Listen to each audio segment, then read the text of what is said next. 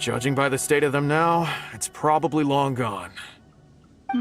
It seems that we need to dig deeper into this poem. Drunkenly, I gazed at the ruins long forsaken, and lay beneath red leaves whose branches cast a crooked shade. Do you have any ideas? Somewhere you can see the ruins from, so somewhere not too far from here? Yeah, and maybe the shadow cast by the tree is supposed to hint at something. Oh, I got it! This guy fell asleep and woke up just before sunset! Dusk and the shadow of a red-leaved tree. I think we can work with that. Let's take a look around. I think we're getting close.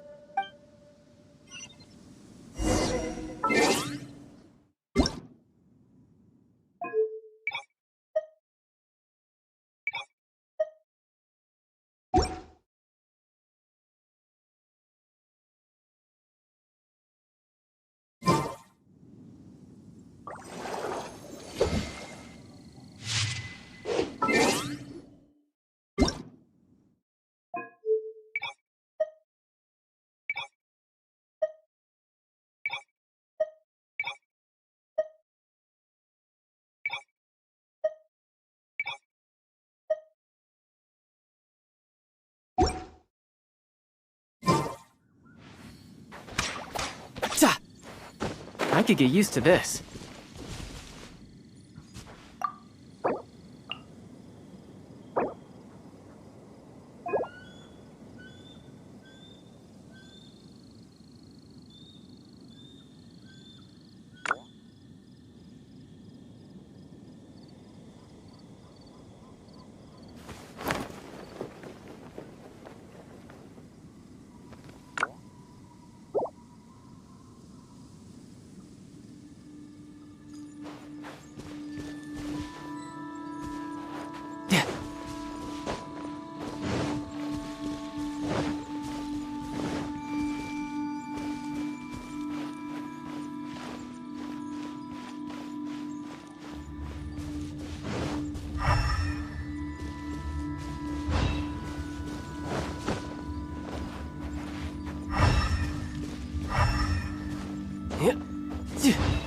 No time to lose.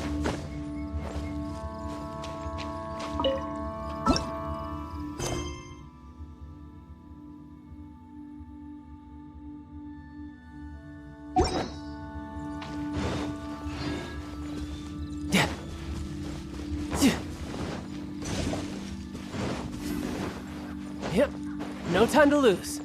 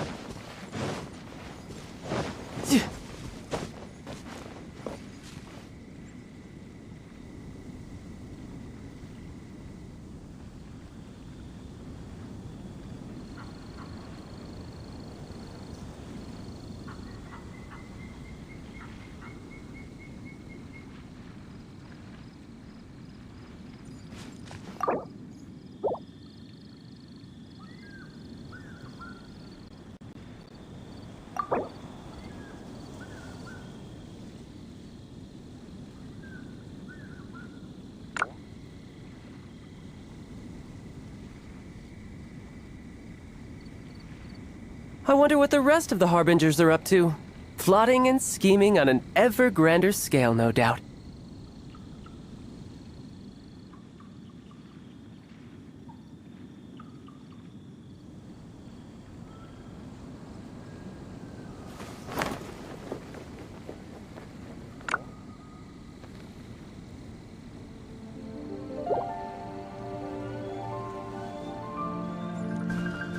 No time to lose.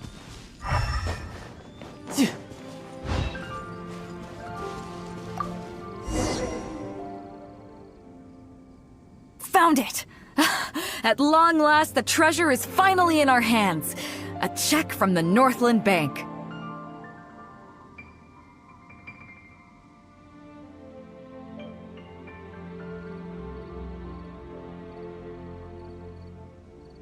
You really came through. We found the spot in no time.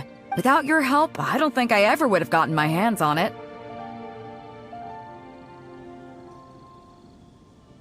Not much, but enough for an average person to survive on for a while. But there's more to this particular check than that. When I found the treasure map, it was tightly sealed inside a small bottle along with a letter. I'll let you read it for yourself.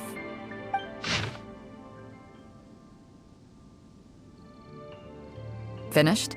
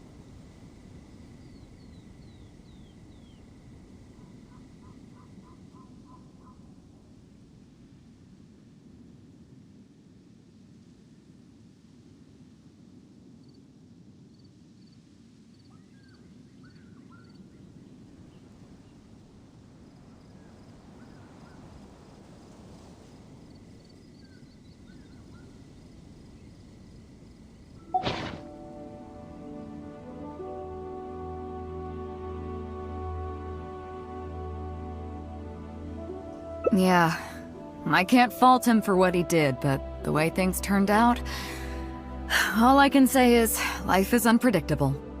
Well, let's fulfill his final wish by taking this check to where it belongs.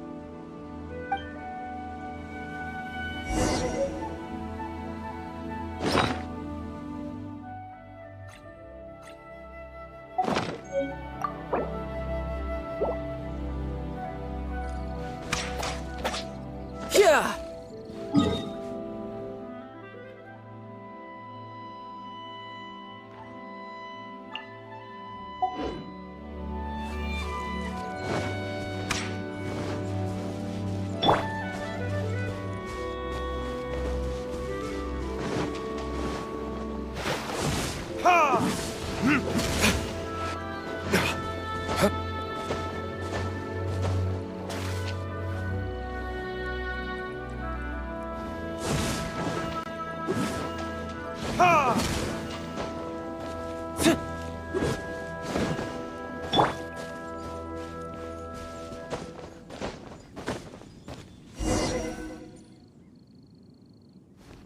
Well, this is it. Oh boys, it's time for your first job! Give this check to the old lady who lives in that wooden hut. Tell her it's a welfare payment from the Liyue Ministry of Civil Affairs. Yes, boss. What's up?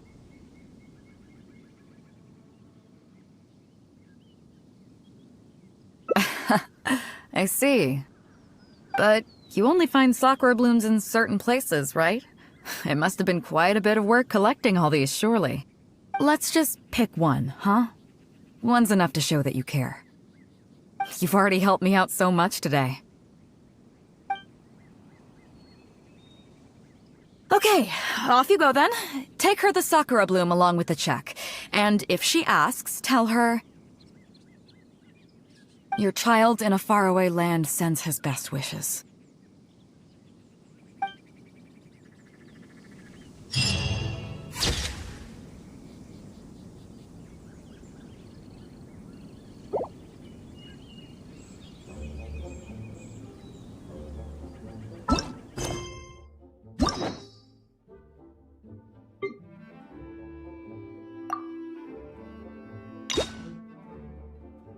This place is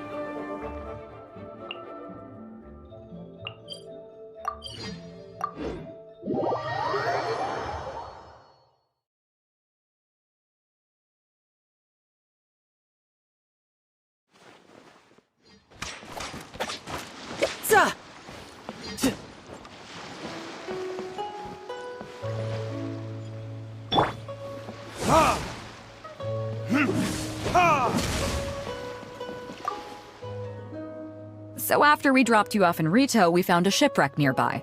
Probably belonged to Inazuman pirates. We searched the wreckage and found...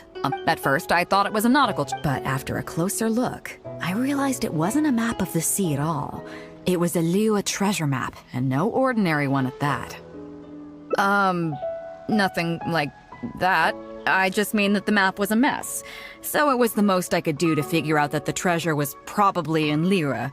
As for its exact location, I have no idea. I'd say I've explored Liyue pretty extensively, but still, this one managed to beat me. So, I thought of you. Nobody can beat you when it comes to treasure hunting on land, right? Is that right?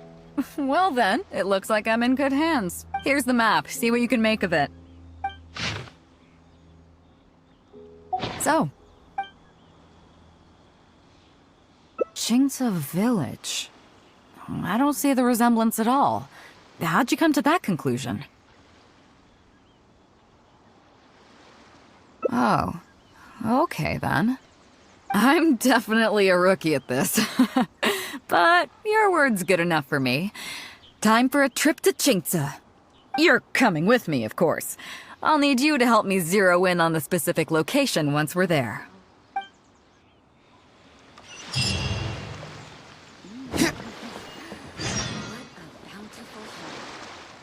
The weapons on this side are quite well maintained.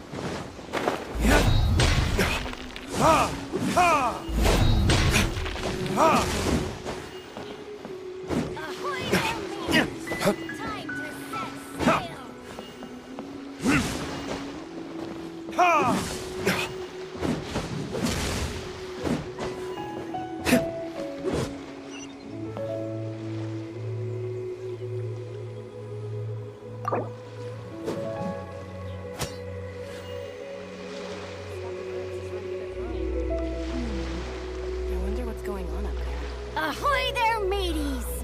Time to set sail!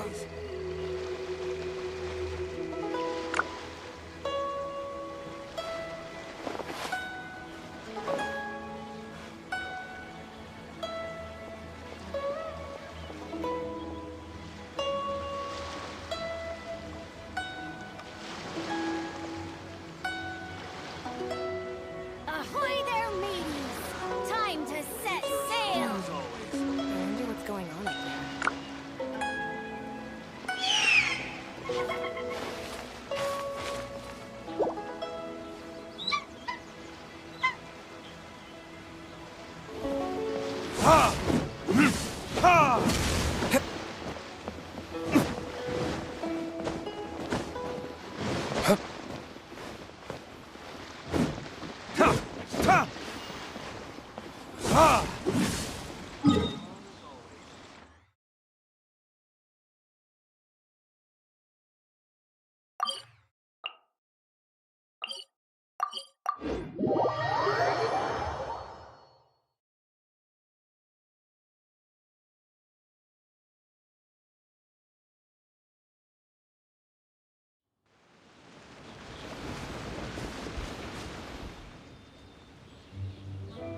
Ah, Beto!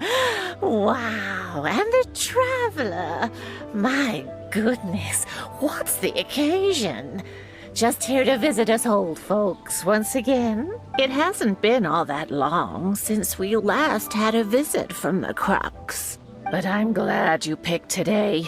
You're just the people I need. These two young rascals... They've been arguing with each other non-stop about some petty nonsense or other. I'm too old to get through to them. They won't listen to me. Please, talk some sense into them. Rest assured, Granny Zhuoshin, whatever the situation is, the Traveler and I will take care of it. Oh, thank goodness. It's Captain Beto. You couldn't have come at a better time. You're the voice of reason I need in this situation. Captain, please, help me get justice. Whoa, hey. What exactly is going on here? Spit it out, tell me everything. It makes me mad just talking about it. G here, I don't know if he's got a screw loose or what his problem is. But anyway, he took it upon himself to raise, well, practically a whole army of finches, okay? And now guess what? They fly onto my land and completely destroy at least half of my crops. I asked him to pay compensation, but he refused. Now how is that fair? Captain, I'm innocent. They're not even my finches. I just thought they looked kinda cute, you know, so I fed them a couple of times. They're wild birds, though. A couple times? Are you kidding me? That's rich. Really rich. There were 2 of them when you first started. 2 finches. Now you have a whole roof full of finch nests. I swear, every time I come by your place, I think I'm at a bird market. I'm telling you, you are not gonna get away with this anymore. So, yeah, I mean, they laid a few eggs, made a few nests, but finches gonna finch, you know. These are wild birds. I mean, they'll do whatever they please. So that's how it is. I think I got the picture. What's your take?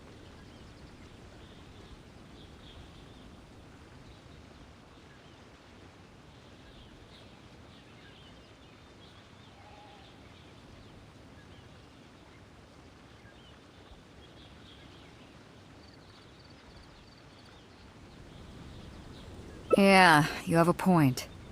Gee, let's say I'm interested in buying these finches off you. What would you say to that?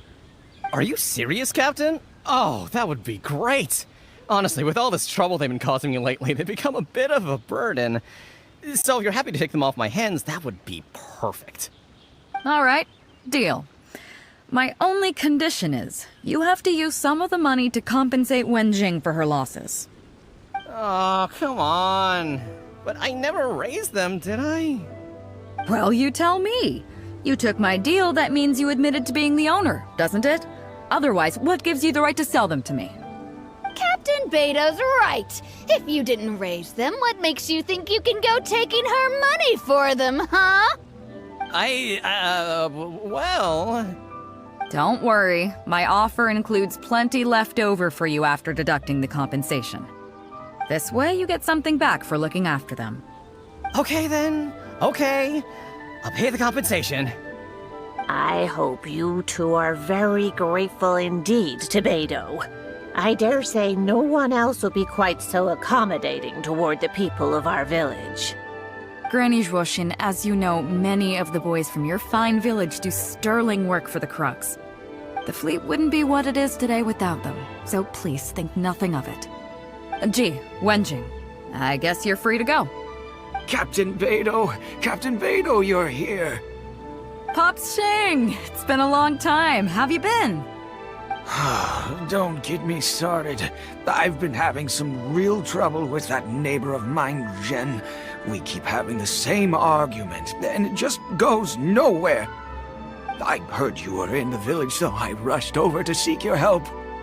What's the issue? Oh, come with me. You'll see. Let's go find Jen and clear this whole thing up, face to face.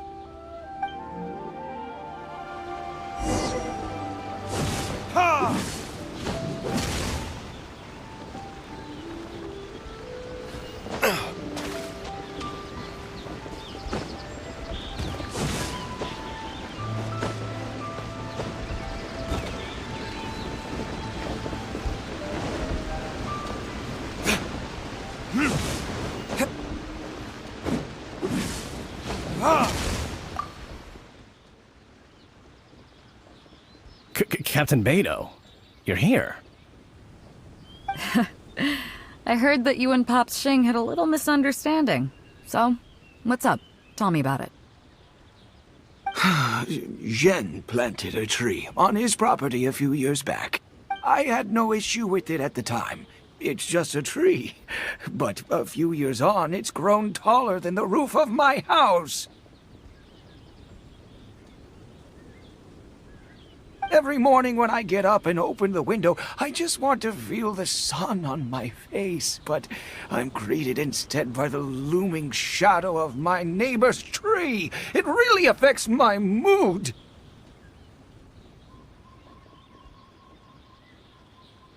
I asked Jen to cut it down so I could get some sunlight back on my property. But he said no! It's like he's done this on purpose just to drive me crazy. Captain Beto, you gotta believe me. I didn't intend to block the sunlight, but there's nothing I can do about it now. It's not just any old tree, you see. That tree was planted there by my late father. Not long after he planted it, he passed away. And just before he passed, he left me with some parting words. He said our family's fortune was inauspicious and we needed something to suppress the bad luck. That's what he planted the tree for. How can I just chop it down? I'll be honest, I spent a few years studying in Liyue Harbor, so I don't actually share his superstitious beliefs. But still, that doesn't change the fact that this was my father's dying wish. Okay, I think I'm all clear on the situation. What are you thinking?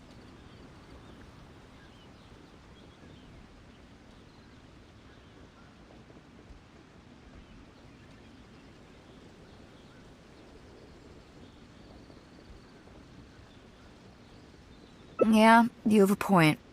Jen, I'm truly sorry to hear that your father passed away. But look, you can't use that as an excuse for harming other people. You really should have thought about the impact that planting that tree would have on your neighbors before you went ahead with it. However, this tree is special to you. I understand that, and it would be cruel to make you chop it down. So, how about you move the tree to somewhere where it won't block the sunlight? Somewhere else in your courtyard, or even outside it if you have to.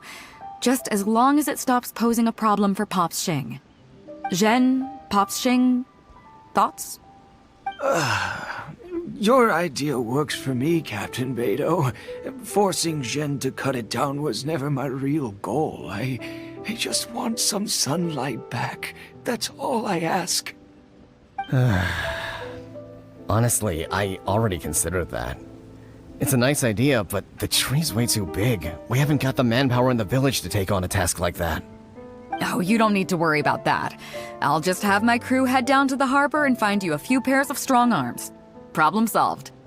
While they're at it, I'll have them find you a gardener, too.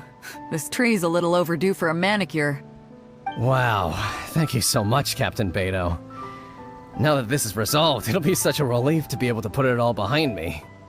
On a separate note, I remember the Crux last visited the village not very long ago. Is there some special reason why you're back in person so soon? Nothing all that special, just personal reasons. I'm looking for some treasure. Huh? Treasure? Wait a second. That reminds me, I saw Chongping and Defu arguing in the fields earlier. It sounded like they were both trying to lay claim to some treasure.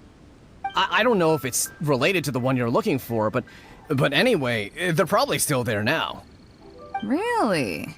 Okay, well, you and Pops Xing can go about your business now. I'll go see what the situation is.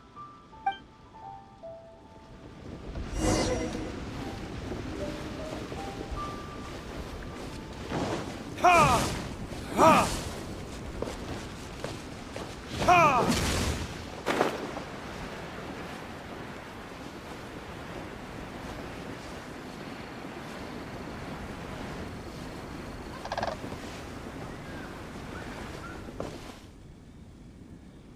Huh? Beto, you're just in time. Defu's being completely unreasonable. What happened? I'm not being unreasonable, Captain. I got Chongping to help me plow my land because it's the busy season. And then, what do you know? He plows up a treasure chest.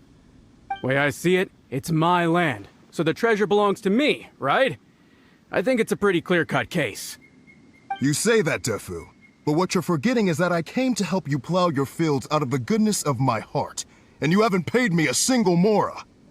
It was also my plowing that turned up this chest. However you cut it, surely I'm entitled to at least some of the treasure. The domestic drama just keeps coming today. What are your thoughts?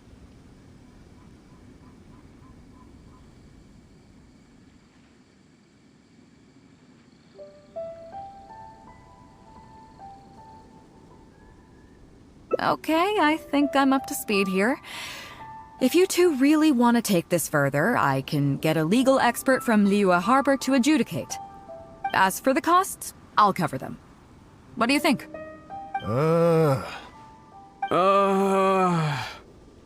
Neither of you seems thrilled about this course of action. Okay, so plan B. I'll be straight with you. The reason I came here today was to look for some treasure. Chances are it's hiding right there in the chest you're both fighting over.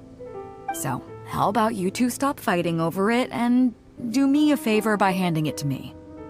Of course, I'll be indebted to both of you. If either of you ever needs anything in the future, the Crux will not hesitate to lend you our support. Captain, you're far too kind, really. Indebted? That won't be necessary. If you want this chest, you go ahead and take it. Yep, totally agree. If only I'd known you were looking for this chest. You should have said something. I would have delivered it to you personally to save you the trip. It seems like it's been quite a busy day for you, helping us settle all our little quarrels. Come on, let's go to the village. I'll rally the masses. We'll get some good food and good drink and have a good old get-together. Don't worry about the chest. I'll carry it over.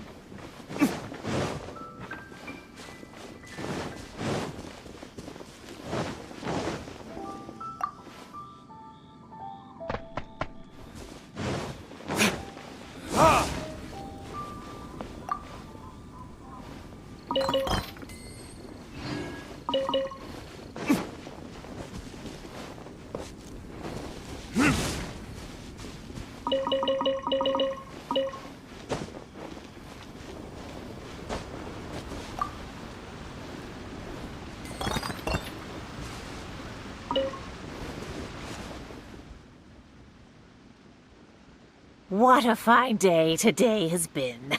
Beto has solved an awful lot of problems in our village.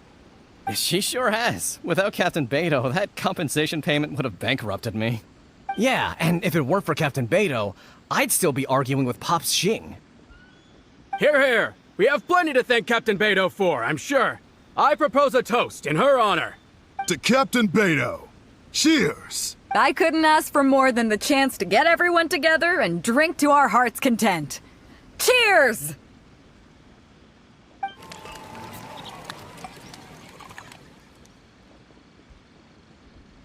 Phew, that really hit the spot.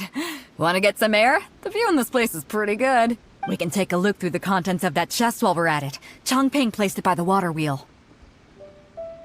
Are you kidding? Beto can handle her liquor. Come on, let's go.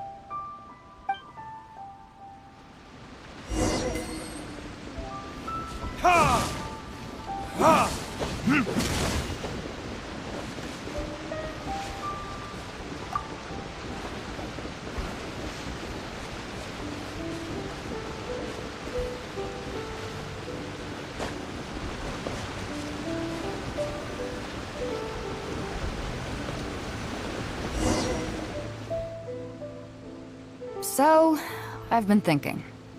Everyone seems to trust me enough to let me have the final word on their disputes. But don't you think some of my solutions can be a little stupid? You can laugh, I don't mind. Take Chongping and Defu's wrangling over that chest, for instance. I had no clue who it should belong to, so I just came up with this stupid idea of taking it for myself. At least that way, neither of them would feel like it was unfair. But, I mean, I'm no Ningguang. I can't make a perfect deal every time. And I'm no Yanfei either. Not all my judgment calls are going to be 100% fair and square. I am Beto. and my strength is in trading favors.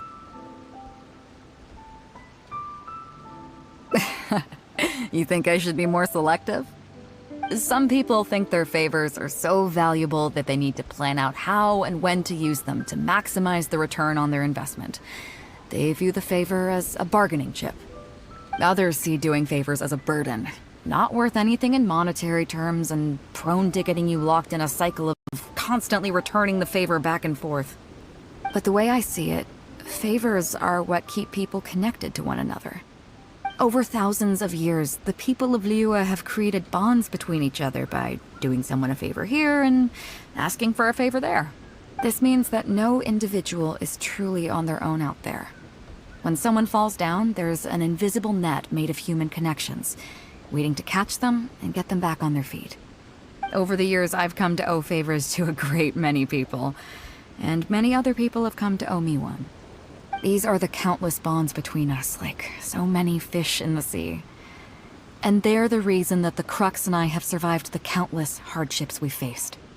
I believe that if there ever comes a day when the world is overrun by monsters, Liyue's legal system collapses and the land is thrust back into an age of war, it's these bonds that will see us all through the dark days ahead, until we come out on the other side.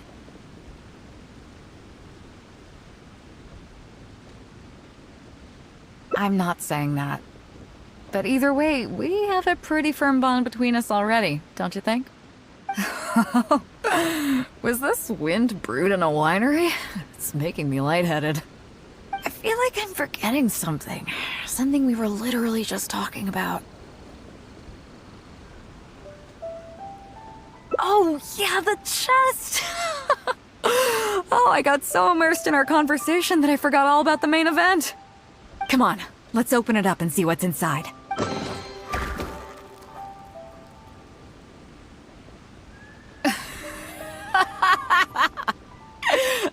Oh, that's it? A whole lot of nothing? It's not exactly what I was looking for, but you know what? I don't care.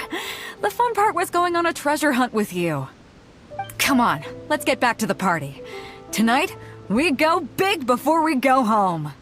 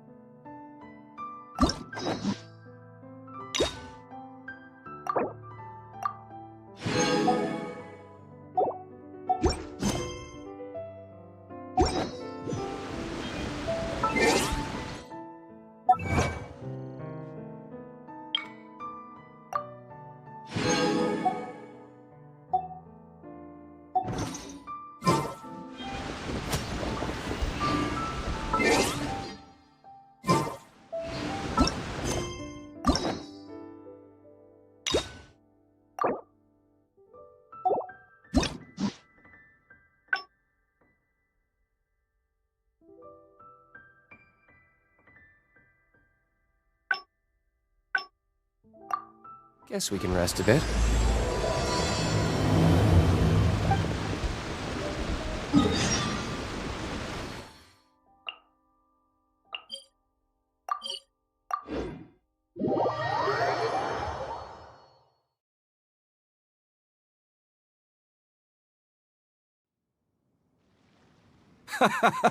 Well, would you look who's here?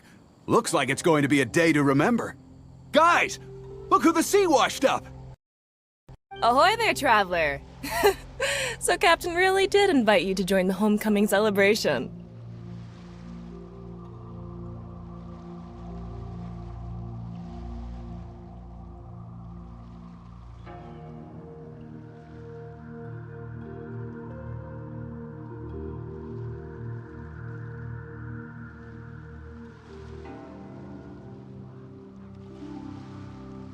Hey, I heard that you took care of another crisis while you were in Inazuma. Are the rumors true? That's what I heard too. Thanks to you, Inazuma's Vision Hunt decree was finally put to an end. Well done, traveler.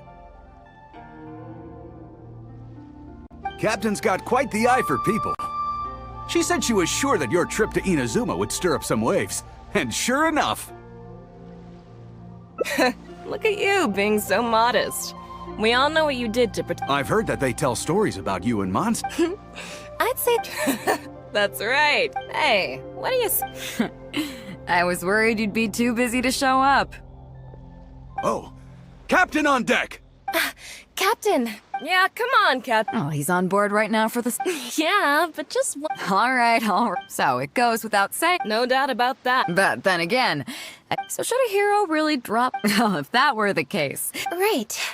Remember, rather than seek, isn't that why Yes? A strong say... I guess I almost forgot the first... Just be sure you all keep that in mind. Now, there's no more need to hound the... I'm glad you came. Welcome back aboard. Do I? Oh, to be honest, I don't care for that kind of reputation. I don't want people to see me like some big shot official from Yujing Terrace. But I'll take it as a compliment. I'm glad you see me as well respected. I can't go getting too caught up in my own reputation, though. That's certainly not how the Crux made it to where we are today. As the head of the fleet, my task is to keep us on the right course. But then again, the crew isn't usually... Their excitement today comes from...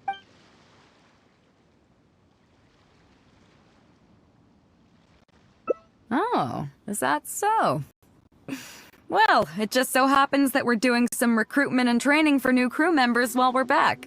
It'll be a first-rate chance to learn the life of a sailor. Since you're interested, why don't you come along and experience a sailor's life firsthand?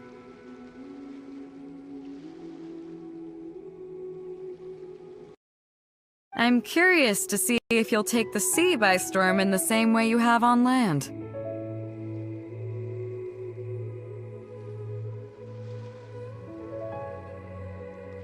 Good. Come with me. I've got something interesting for you to see.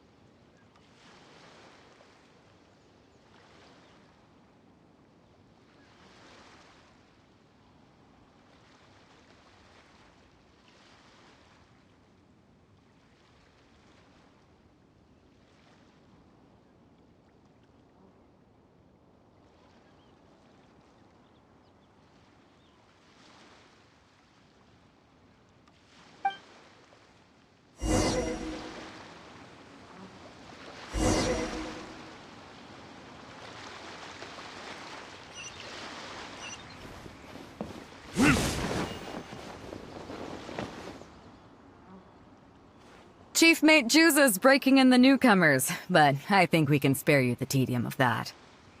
After this, the new crew members will be arranged into 2 teams for more specialized training, according to their own aptitudes and the needs of the fleet.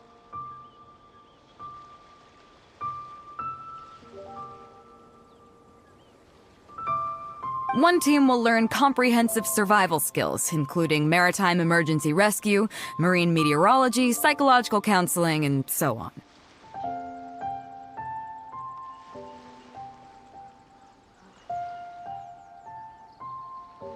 They will serve as the support team for the fleet, ensuring safe navigation. That's why we call them the Shield of the Crux.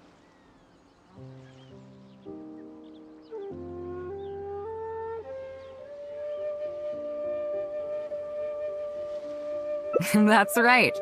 You catch on quick. As one might expect, we call the other team the Spear of the Crux, because they'll be learning about naval warfare. They'll make up the armed portion of our crew. Also, they're responsible for handling the fleet's cargo deals. So, what do you think? Which team is for you?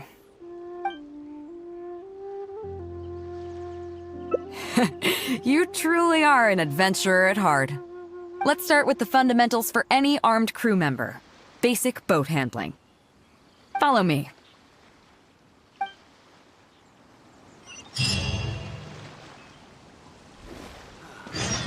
Waves are as calm as always.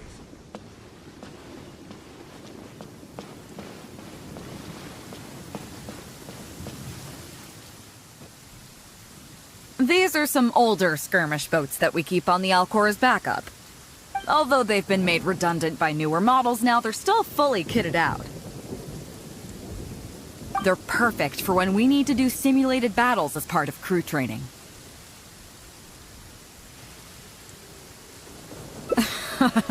Disappointed? So this isn't quite on the scale that you had in mind, huh? To be honest, the Alcor going into battle is the last thing I'd ever want to see. In fact, out of all the confrontations we've ever had, almost all were resolved by negotiation. Only when negotiations fail do we consider deploying our armed fighters and skirmish boats, and they alone are enough to handle most situations. The only reason the Alcor would ever need to open fire would be if it were a fight to the death. The Alcor serves only 2 purposes: to deter or to destroy. We are an armed fleet with a strong sense of justice, not war-hungry lunatics. We're very careful about determining when to use force and exactly what level of force to use. All of this to say that mastering a small attack craft is quite enough for new crew members. Do you have any experience piloting small armed vessels?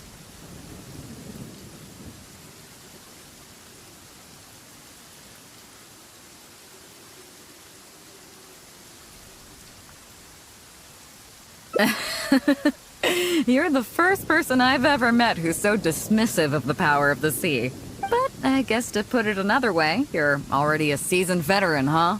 In that case, I'll skip the basics on how to operate your craft. The goal of this exercise is simple. Steer your skirmish boat along the prescribed route and return here within the time limit. You can start when you're ready. I'll be waiting here so I can observe your skills.